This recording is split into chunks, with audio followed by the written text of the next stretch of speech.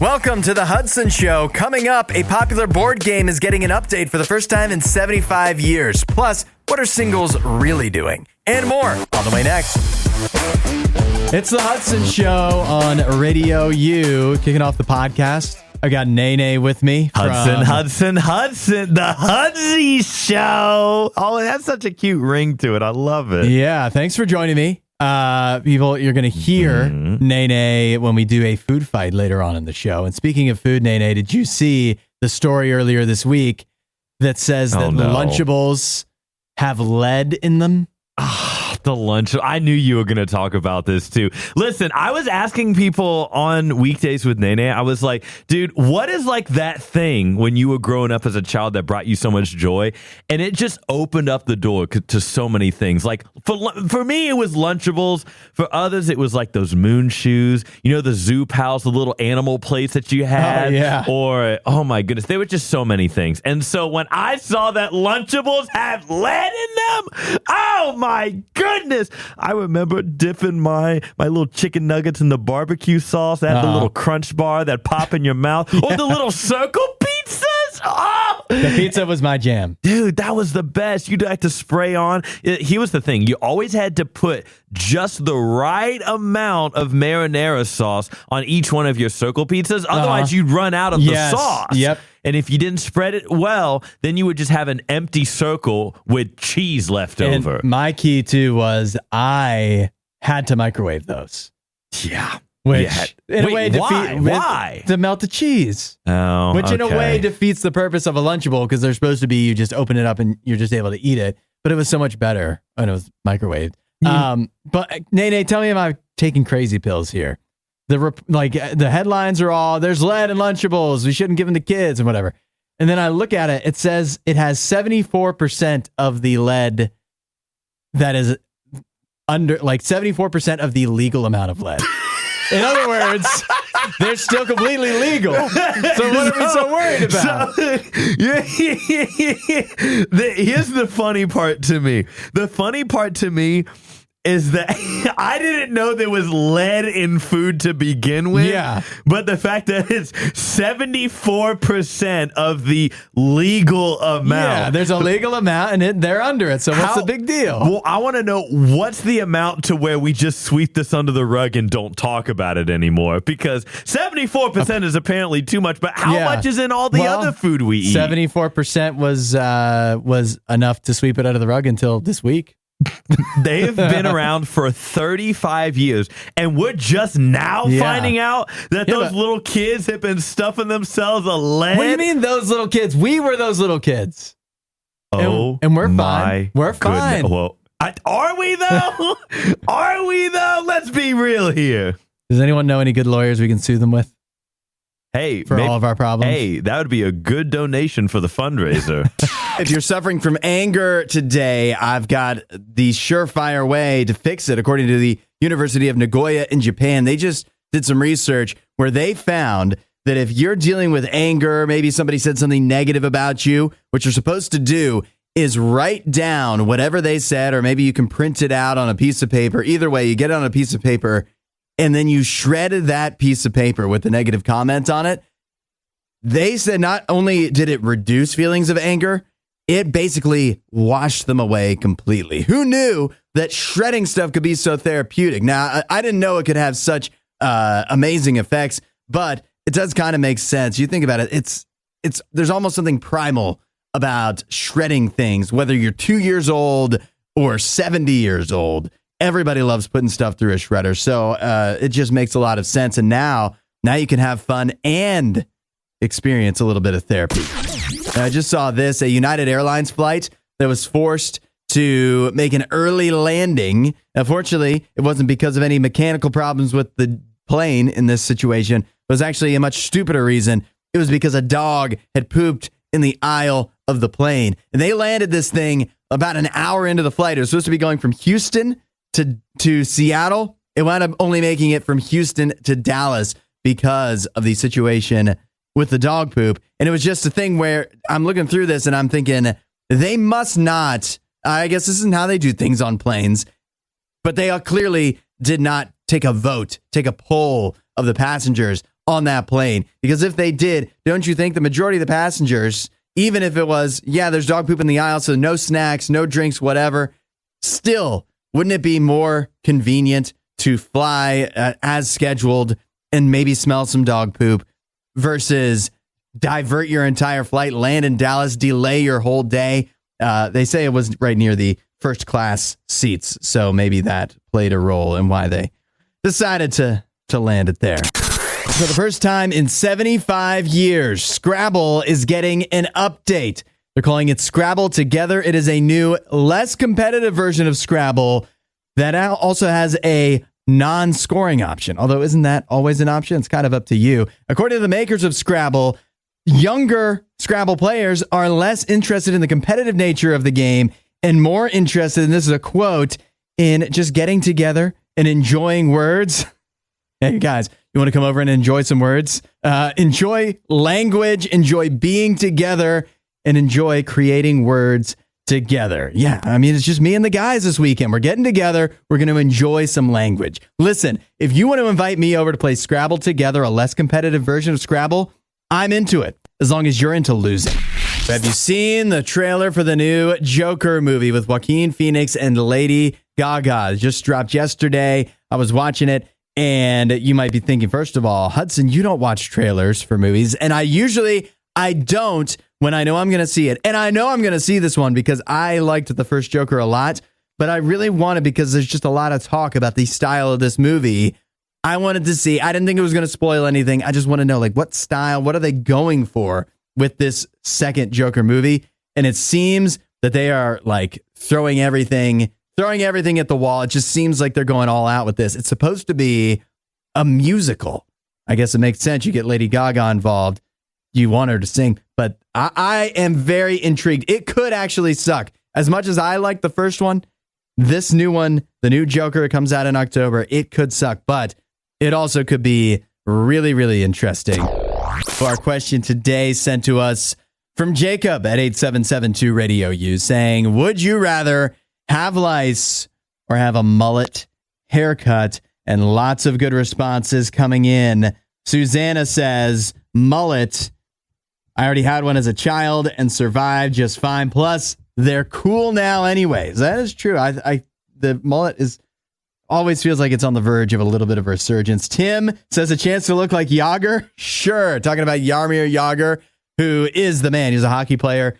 He might still be playing hockey at this point. He is probably getting close to 60 years old. And I bet you he's still, because he just never stops. He never stops looking amazing and playing hockey. So that's a good comp there from Tim. One of the all-time mullet sporters is Jaromir Yager. John says, if I heard correctly, lice or a mullet, I'm going mullet all the way. All the way. No room for lice for John. Jeff says he's taking lice because at some point they would get dealt with. If you have a mullet in this scenario, do you have to keep it forever? If the lice will go away, then he's going with the lice. I mean, yeah, that's what I was thinking, that lice, you could have lice and nobody may ever know. You have a mullet, no matter how long you have it for a day, people are going to talk about how that time you had the mullet. Now, lice, I don't know what, at this point when you're an adult, do you have to inform everybody? Do you have to go around? Is there like some kind of card you hand out? Would I have to come into RadioU today and inform everybody in the building, hey, you might want to get yourself checked for lice? I don't know how lice works as an adult. Robert says, I'm going to take the mullet. I'd rather look ridiculous than be infested with bugs. And Regina says, definitely not choosing lice. That was a miserable experience in elementary school, even though a mullet she's not thrilled with. I feel like I had lice very, very briefly. I don't know if my experience was the same as everybody else's, because I did have lice that I caught from one of my siblings when I was a child, but it was dealt with very quickly. But I had very, very short hair. So I guess maybe the answer is either way, you're shaving your head, at least if you're a guy. But a good would you rather. It's a head scratcher. We're in the midst of useless knowledge. Today's theme, all about poutine, because today is National Poutine Day. It's nice that we give it its own day here in the United States, when it's really a Canadian thing. The question of the day, the word poutine roughly translates to what in English? Angela guessed potatoes. Jack says gravy fries. That'd be too straightforward, Jack. Of course, that's not right. The correct answer, which Danny did send in, and a few others actually, is mess. It's somewhere between poutine. It started off kind of it's kind of pudding, but then kind of just means mess in English. While we're talking about poutine, by the way, do you care that in Quebec, where the dish was invented, they actually pronounce it poutine? Personally, I don't care. That sounds stupid. Poutine is a much better name, and that's what I'll call it till the day I die. I don't care what's factually correct. Also, do you care that the province of Newfoundland, which borders Quebec, has its own version of poutine that replaces the cheese with stuffing or dressing, like bread cubes? I think that'd be better or worse than poutine the way it is. I mean, nothing could be better than poutine the way it is, right? Cheese, gravy, fries. What else do you need?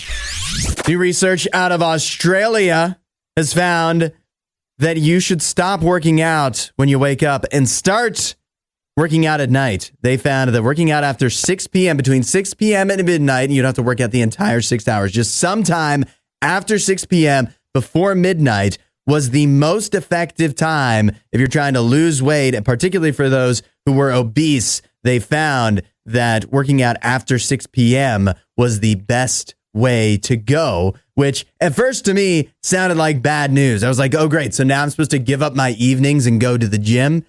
But that actually, you flip it around, it makes a lot of sense. For most people, you're told to work out in the morning, or that's your routine. You go before you go to work or whatever. And so now you don't have to wake up as early, which hopefully doesn't mean you're going to miss out here on the Hudson Show, but you can sit at home and leisurely work your way into the day instead of starting it with a workout. If you want to be most effective, you do it later at night. Plus, you think about this too. It doesn't have to be going to the gym and lifting weights or running on a treadmill. It could be if you wanted to maybe have more fun, be more social. Maybe you join a pickup basketball league or a softball league or something like that. Any kind of workout, any kind of getting your heart rate up after 6 p.m. That's what these researchers suggest. So I actually think it sounds like bad news on the front of it, but it actually could be a positive. It makes a lot of sense. Plus, you think about it too. What are you usually doing after 6 p.m.? You're usually sitting around. So no wonder getting up and moving after 6 p.m. is the most effective, because that's the time you're probably most likely to just be lazing around anyway. McDonald's has debuted what they claim is the world's first ever smelly billboard. They claim that. Not sure if it's true. If you wanted to smell it, you'd have to go all the way to the Netherlands. That's where this smelly billboard can be found, but you can recreate the experience simply by going to McDonald's and ordering a Happy Meal. Supposedly, this smelly billboard, the world's first, smells exactly like a Happy Meal. And I guess that's good advertising for them. Happy Meals smell pretty good. But the question I actually have is, and you can chime in on this one here with the RadioU hotline. 877-2-RADIO-U. What restaurant smells the best? Forget about how the food tastes, but which restaurant has the best smell? Because we all know they are not created equal. Some actually smell bad. Even if the food isn't bad, some restaurants, I think they kind of stink. But some restaurants, they smell good. So let me know which one you think is actually the best smelling restaurant. Some of the answers coming in. Susanna at 8772-RADIO-U says Chinese restaurants. That is true, especially when you can smell them outside. Chinese restaurants definitely are up there. I like this answer too from Bobby, who says Auntie Anne's. Yes, it's so hard if you're walking through, if you're still walking through a mall these days and you pass by an Auntie Anne's. How do you resist? And on that note too, Cinnabon in the mall too. I think some food places, they just smell better when they're in a mall than they would if they were just a standalone thing. I don't know what it is about that. We also saw Katie get in. Katie says Panera. Okay, I used to work there. I'll tell you, I didn't smell good when I came home. Glenn says a place called Duff's. Not familiar with it. Might be local. Never heard of it. And then Ben chimed in, and I think this could be the right answer. Ben says pizza restaurants, but not like Pizza Hut, like a mom and pop pizza place. That very well, I think that could be the right answer. They just have something about them. It smells so good every time. I actually live across the street from one, and even if I just ate, it's still like, yeah, but do you want pizza though? Because it just smells so good. All right, I'll admit it. I'm jealous of Jimmy Fallon. The reason being is he now has his own menu item at Pizza Hut. Well, it's not exactly a Pizza Hut. You can't just go to your local Pizza Hut and pick this up. You'd have to go to a place called Chain, which is a restaurant in LA that teams up with brands like Pizza Hut, TGI Fridays, and Taco Bell to create elevated versions of their menu items. You're telling me Taco Bell isn't elevated already? But they have teamed up with Jimmy Fallon to put his own Pizza Hut menu item, elevated version of a Pizza Hut menu item, on their menu at Chain just for this weekend only. And I'll tell you, this is one of those grass is always greener situations, because what I want, the reason I'm jealous, is he's got his own menu item. I just got my name on a show, which is cool. But what I really want, what would be even cooler, is to have my name on a sandwich. I don't even know what the sandwich would be, but it would be much cooler to me one day to have the Hudson sandwich at some restaurant. That is my dream. Today, the first day of the Masters golf tournament, at least if the weather allows for that. I know things looking a little sketchy, a little nasty around there. But you know what? I'm not going to bore you with golf talk if you don't care about it, because that was me. I don't know how many years ago, probably even you could go back like 4 years, and I did not care about golf at all. But now the Masters, I am locked in. I'm going to be real interested this weekend, especially come Sunday. I really enjoy it. And so this is my question, though. And this is something you can chime in with the RadioU hotline. 877-2-RADIO-U. Maybe that should be the Hudson hotline. What is something that you weren't interested? Let's just say 10 years ago. You go back in time 10 years ago, you were not interested in at all, that you are interested in now. Because that's me with golf. If you told me 10 years ago, one day you're going to be locked into the Masters, I would say you're a fool. You don't know anything about me. I hate golf. Now I'm into it. So what's yours? 877-2-RADIO-U, something that 5-10 years ago you did not care about whatsoever. Now you do. We got some good answers coming in here. Bailey with a very timely response. Bailey says, women's basketball. Did not care until Caitlin Clark showed up on the scene, and this year's tournament was great. So Bailey now locked into the WNBA as well, even though formerly did not care. Susanna says Taylor Swift. You know what, Susanna? Low-key, same here. 10 years ago, borderline hated Taylor Swift. Now, I get it. I definitely get it. Abby says the outdoors and exercise. She says she didn't really like doing any exercise at all until she hit college. Now going for a run or a bike ride is the highlight of her day. That's a good answer too. Yeah. For me, it is golf. And I think the reason why is because during COVID, right, there was a lot of sports. I'm a sports junkie. I've always been a sports junkie. Didn't care about golf. And then COVID came around. You know what else I got into at that time is horse racing, because it was like the only thing happening. The horse racing interest did not stick as much, but the golf, it did. 877-2-RADIO-U. What is something that did not interest you 5 or 10 years ago that definitely interests you now? And what's interesting is thinking that 5-10 years from now, there's going to be something that you're interested in that you had no idea you would be interested in today. We heard from Regina, who says she is now into metal music, and she didn't used to be at all. And the reason behind it is her husband, a big metalhead, got her into Fit for a King and For Today and things of that nature. And now she's all the way in. You got to love that. Also, Joe says British baking shows. Thanks, COVID. You got to look back at COVID. So many of us had our interests they were forced to change, but it's interesting to see which ones stuck and which ones didn't. Mark says that he used to hate soccer But I guess now he's got kids that play and they're pretty good. But it's not just that he likes watching his kids play. He actually prefers watching soccer on TV over American football. That's pretty crazy, Mark. But it's interesting. 8772 Radio U, things you used to hate, things you used to be disinterested in, and all of a sudden something changed. And now you're actually into it. 8772 Radio U. For me, mine is golf. I didn't care. And then much like Joe, COVID changed things. I had to take whatever sports I could get. Golf was one of them, and it kind of stuck.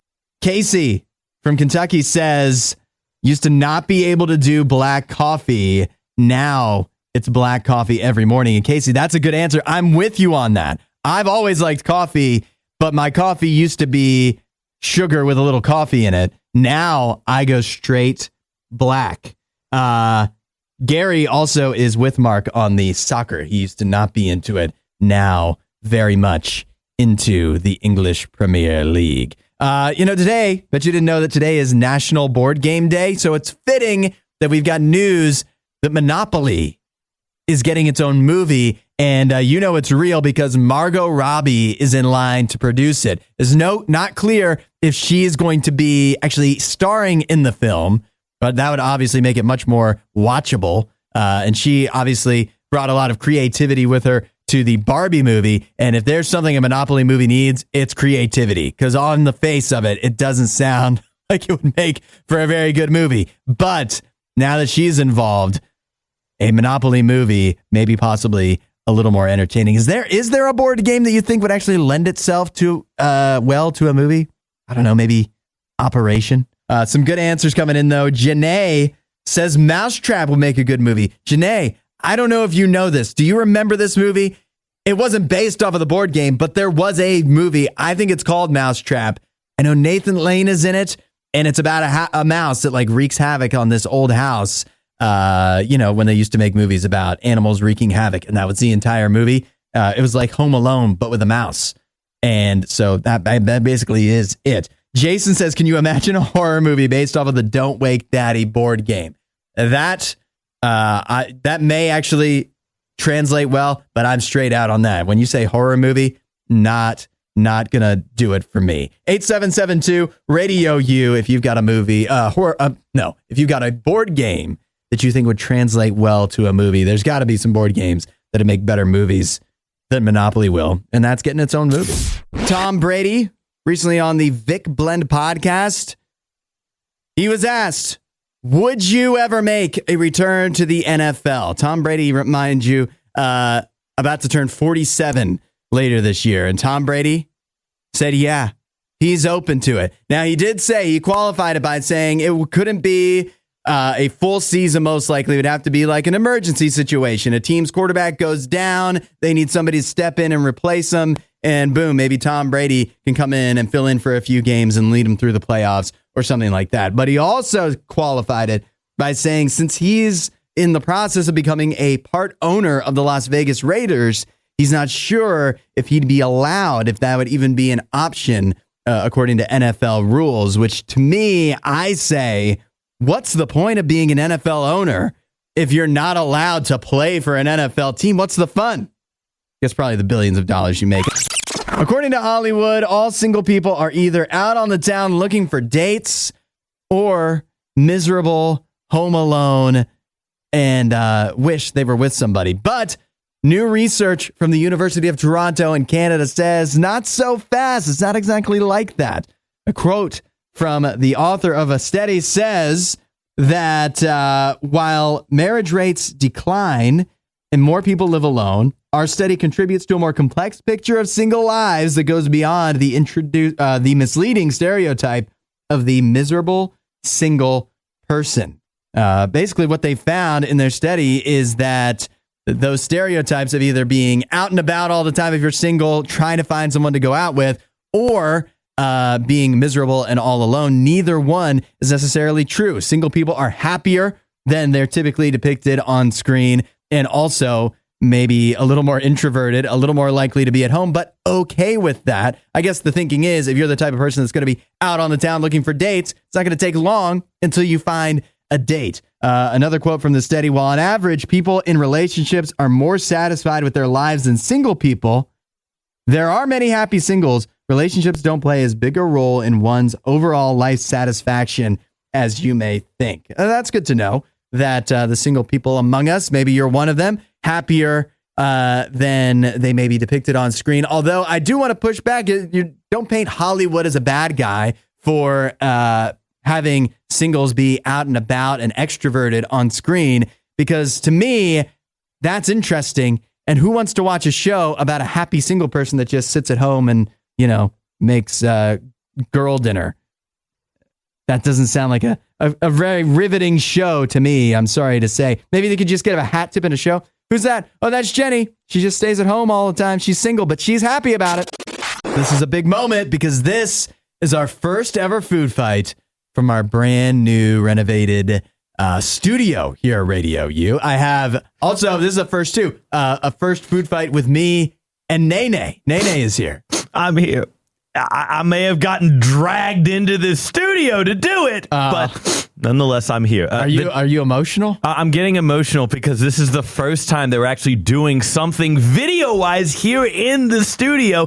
It's going to be really cool to see in the coming months how this thing transforms. Because right now, this is just bare bones, Hudson. Oh, yeah. Like, this is like video setup, and that's it. Like, nothing else. So it'll be cool to see like the lighting change, the wall decor in the background, and all that other fun stuff. Yeah. If you're listening on the radio, you can go watch on the RadioU YouTube channel and Facebook page. And if you are watching, this is the new studio, but it is a work in progress still. We're obviously able to broadcast out of here, but to make it look nice and nice. A whip. Yeah. It's a work in progress. Yeah, a whip. It's still got a ways to go. And Chris, the Moneybags, we call him, he's working hard on it. Okay, let's get to the matter at hand. We're talking food fight here. We have the new Everything Bagel Cup Noodles. Is that what that is? Everything Bagel with cream cheese. Oh, that's what this thing is sitting beside me. I was like, where did mine go? I made it for you. Everything Bagel with cream cheese flavor. Nene, this is the second time that they've made breakfast themed cup noodles. Did you ever try the other ones? We had them on the show. This looks like they combined two of the most broke college student foods into one food item because they were too broke to buy the other two separate. Mm-hmm. That's exactly what it seems like they did. I'll tell you, the previous breakfast one, I don't remember what all it had. It was like pancakes and it looks sausage disgusting. Yeah, that was good. This doesn't look good. It doesn't smell good. With cream cheese? Yeah, I'm concerned about the powdered cream cheese. I don't like cream the cheese, dehydrated dude. cream cheese. Oh. I like cream cheese, but when I eat an Everything Bagel, I would always do butter instead. Do we have a trash can in case I want to spit this out? You gotta get one good bite in. Has anyone ever spit something out during a food fight before? Like, is that like something that happens? That's a good question. I don't remember it, but I'm sure that it's happened. So it wasn't you that's done it, It if must anything. not have been me, yeah. Okay, so you go ahead and take a bite of it. I want to see your reaction. You're waiting for me. Yeah, I want to. See, here's the thing. I'm going to talk while you go ahead and take a bite. That makes sense. And then we can like do a little flip-flop here. So he's putting the thing in his mouth.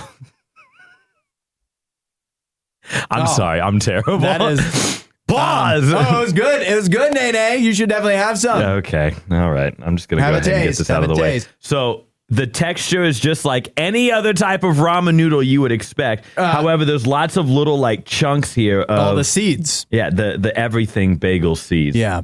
Poppy seeds, sesame seeds. It's still really hot. Hang on. Oh, mine was cooled off. I made them at the same time. Well, mine's not cooled off, Hudson. All right. So give me a second here.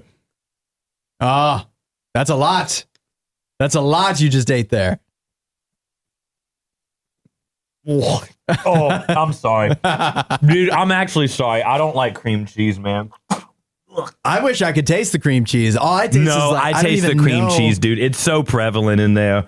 Oh, this dude. is not. If you like do you like Everything Bagels? I love Everything Bagels, and I love ramen noodles. Right. However, the addition of the cream cheese in here is what I'm not a fan.